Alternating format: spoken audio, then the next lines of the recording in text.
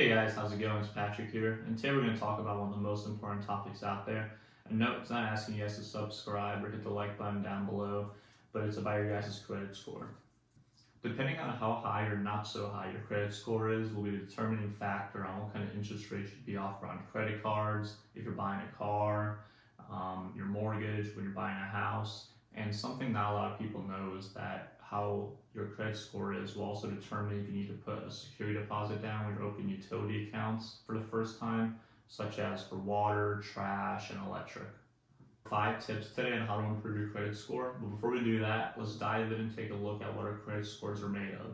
Credit scores are made up of 5 categories. The five are amount owed, new credit, length of the credit, the type of credit you have, and your payment history.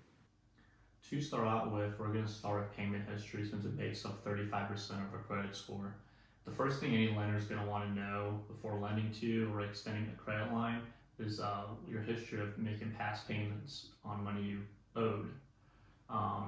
If you were to not make a payment for 180 days, the lender will sell off the debt, most likely to collections, which will even more negatively impact your credit score.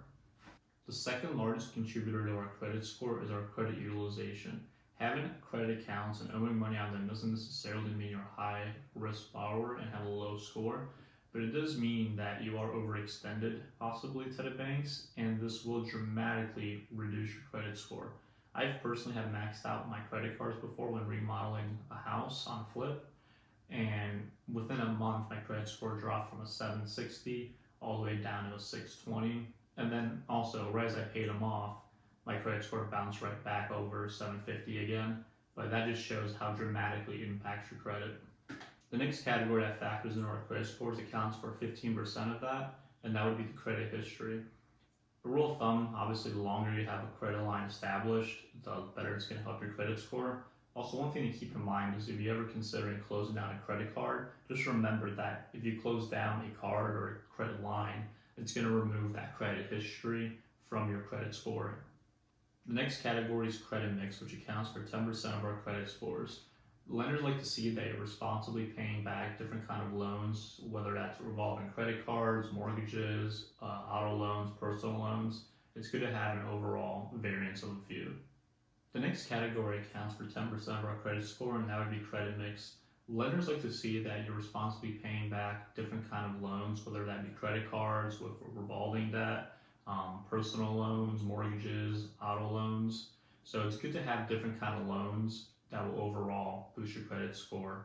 Before we do anything, let's go to annualcreditreport.com and get our free annual credit report from the 3 bureaus such as Equifax, Experian, TransUnion.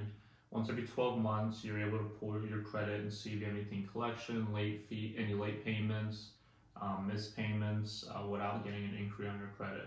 After you pulled your credit report and if you happen to find a mistake on there, it's important to dispute it right away. The creditors have 30 days after you submit your dispute to answer it and prove that they are in the right for having you on there.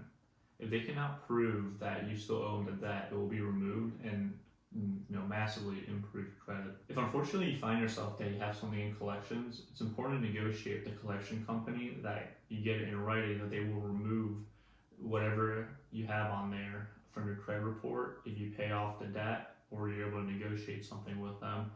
Since if you pay it off and they still keep reporting it, it does you no good and you're better off just not paying it off. Lastly, my favorite tip of all is become an authorized user on someone's card that has a good credit score, always makes their payments on time, and doesn't utilize the card a lot. It's good to make sure that this person is responsible because this can also positively impact you and negatively impact you if they miss a payment or aren't good with their credit cards. If you guys like the video, please hit the like button and subscribe down below. It really helps the channel out, and leave a comment, and I'll see you guys here next week.